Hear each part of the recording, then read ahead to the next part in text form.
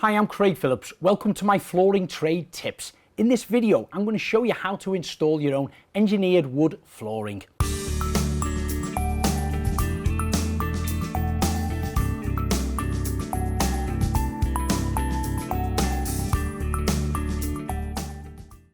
And the tools and products you're going to need are engineered boards, handsaw, wooden mallet, claw hammer, moist detector, pencil and tape measure, trimming knife, set square, spacers, tapping block, pulling bar, underlay and duct tape. But the first thing you're going to need to do is prepare your surfaces. Start by hoovering the area to remove any debris, making sure it's clean and dust free. Also check closely that there's no screws standing proud if it's a wooden floor. Make sure that the subfloor you're laying onto meets the humidity requirements advised by the manufacturer's instructions. Now, whatever type of flooring you're fitting, you must make sure you can get the flooring, or the flooring is as level as possible. I'm running a spilt level across here, almost 2 meters in length. See, what you don't want is a dip in your floor. You put your spilt level across, and if that drops down about 3 millimeters, the risk is once all your floor is clicked together, somebody could walk on that, it drops the floor down a fraction and then unclick the actual connections, and that's what you don't want, of course. Once you've had your flooring delivered, make sure you store it nice and flat and not upright against the wall because of the risk of it bending. And you also need to leave it in the room that it's going to be installed for a minimum of 48 hours before you start to fit it. Whichever type of floor you're about to lay your new flooring on, whether it's concrete or wooden boards, it will require an underlay. This particular one I'm using is the gold one. It's 3 millimeters thick. Now, it is important to put the colours side down. It comes in different colours. I'll explain more about them in a moment. But you put the gold side down first. I'm just using a little bit of duct tape to hold that into position for the moment. I can tidy it up once I've trimmed it down.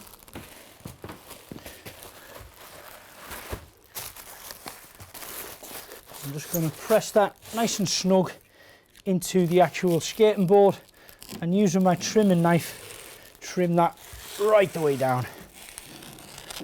A couple more pieces of duct tape. Now the second layer, again I'm going to butt it up to this skirting board here. I'm going to lap it on top of this section, which is probably about 150 millimeters overlap, where there is no actual foam on there. And by allowing that to lap over, it's going to stop any moisture, if there was moisture in the floor, penetrating its way through here. There is a little line, so it's got pre-adhesive already on it, but I'm just going to roll it down and cut it to size first.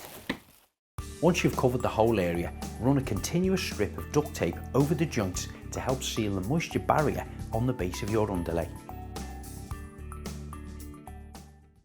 Now, you have got a number of different choices when it comes to actually underlay. Here's just a small example. You have a 2 millimeter clear one, which is designed with no membrane on. You've also got a 2 millimeter one with a silver foil on the back, which has a membrane, which is going to help with any moist that may be in the ground. And then you have the gold one, which is a little bit thicker, that's 3 millimeters, and that also has the membrane on there. This helps if there's a few more little blemishes in the floor that just needs riding out. You have a thicker underlay. Now, the direction of your underlay is quite important. You can see I've laid mine this way because you want to have your boards perpendicular going the opposite direction. So of course I'm going to start here with my board working across that way, and I've put my underlay this particular way. Now, before you start installing your floor, it's very important about setting it out, because where you put your first plank dictates where the rest of them go on the whole area. Now, full plank size here, 1090 millimeters in length and 130 millimeters wide. Now, of course, we could just trim off this small lip off the back of it here and start off with a full plank against one corner and the back edge of the room, which is okay, but that could potentially be your first plank, depending on how big your room is. Of course, I've just built a little small demonstration area here. This second full plank then will be clipped into place, and that would leave me with around about 250 millimeters cut, which isn't satisfactory for the manufacturer's recommendations. They say minimum of a 500 mil cut piece in there. So I would then come back to here. We would have to cut a section off this end, which is still okay. This piece will be more than 500 millimeters. We've got a full length here. If your room's bigger at home, you could have 3 or 4 full lengths, and then this end piece would be your 500 millimeter recommended cut, which of course would click into here and be placed there. What you've also got to consider with the measurement, whatever size room that you've got here, we must allow a minimum of a 10 millimeters expansion gap around all 4 sides of the room. So 10 millimeters less on that end, 10 millimeters less on this end. And then of course, once this starts to get installed, we can put our spacers around this back wall here and pull it down. But that is the length actually sorted out. You've also got to consider the width of the room. We don't want to start with a full board here, work our way down and get to the other end and find we've got a little small slither. Again, the manufacturers recommend that you want a minimum of 70 millimeters for that last row across there. So I'm going to take a measurement of my floor here. Of course, you must do the calculations up on your own floor at home. These planks are 130 millimeters wide. I've got 1.8, so we're talking I've got 13 full planks. I'm going to be left with about 25 millimeters to 30 millimeters, which is not acceptable. So what I must do now is cut down about 50 millimeters off the back end of all 3 of these planks. So once I cut my 50 millimeters off this full first row on here, that will be added on to my last row of planks, and that'll give me above and beyond the manufacturer's recommendation. So that's the cuts done on my first row, both to length and width. The next stage is I'm going to get my spacers, which are like a chalk shape like this. By placing 2 of them together will allow me to build up the gap of about 10 millimeters that I need for the expansion gap. Now the beauty about these is you can slide them up and down and make your gap a little bit bigger or smaller if you've got any discrepancies in the actual wall itself. And I will be having them along the both ends here once I get a couple more rows of planks in. So that's in position now. The next stage is to start marking up and cutting down the second row of planks. The first piece I'm going to use is the offcut off this end here. Remember, we wanted our 500 mil piece here. That's cut off there. It's brought straight down to this end because it has already got a straight cut there. I'm going to allow for my 10 millimeter gap, and I'm just going to place it on. I'm not clicking it in just yet. Place it on there.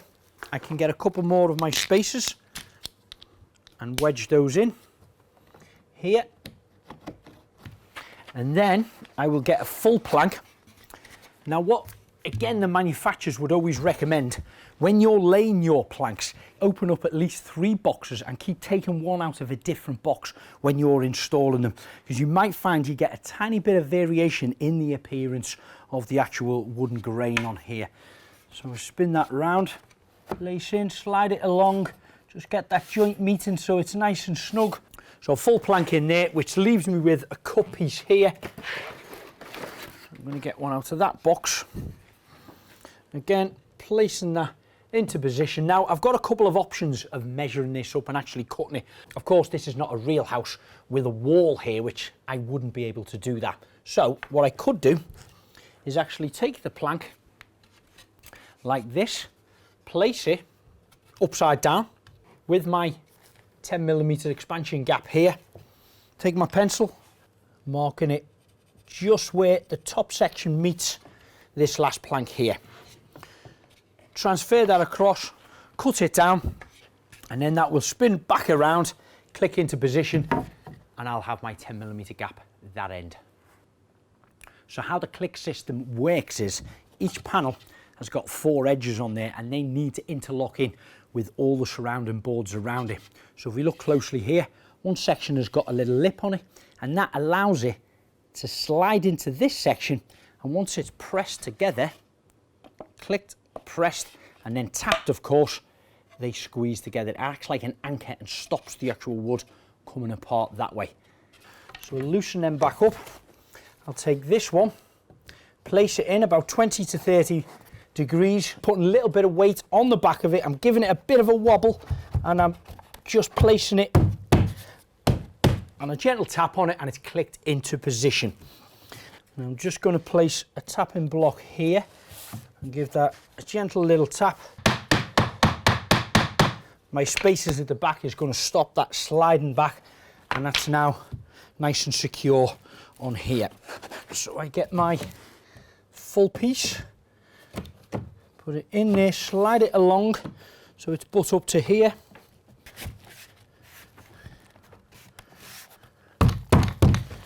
Gentle little tap, the wooden mallet on the tapping block, both ends. Just making sure that this click together system is really easy. You just wobble it in a fraction like that, line it up with this joint here, and then knock him down, tap and block on it, and it is as easy as that. You can also put a couple more little spaces in the back just to secure that up if needed. Now I could start with a full plank here. The joints are staggered there, which would work well. And in a larger room, different plank, this would work, but of course my small set here, just for demonstration purposes, is going to leave me with a piece there which will be a little bit small. So what I am going to do is, very like my first row here, I'm just going to cut off probably about 100 millimeters off there to give me that 500 millimeter piece at the end.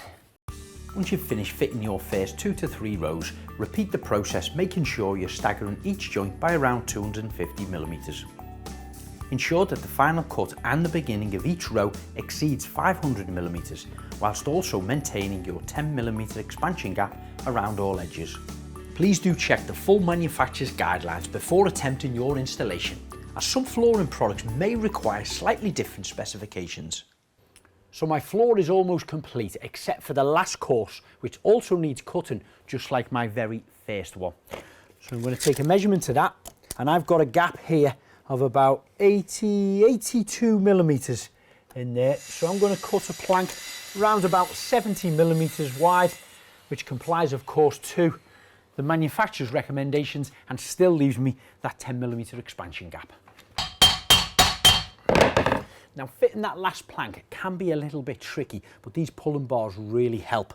Once it's interlocked in there, it allows that to hook around the back, and then of course you can hammer this with your claw hammer and it pulls it and allows it to click into position.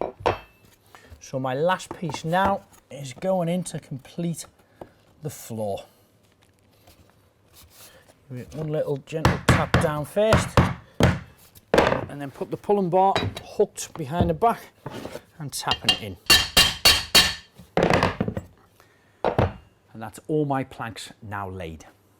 So now all that's left for me to do is remove all of my spacers around all 4 sides, and then you need to cover the actual expansion gap, and you can do that very easily by using a Scotia bead. This is fixed to the actual skirting boards itself to allow any movement to happen within the floor. Now hopefully I've inspired you to install your own engineered wood flooring. If you're looking for more inspiration or how-to videos, or want to know more about the products, why not visit the website tilemountain.co.uk.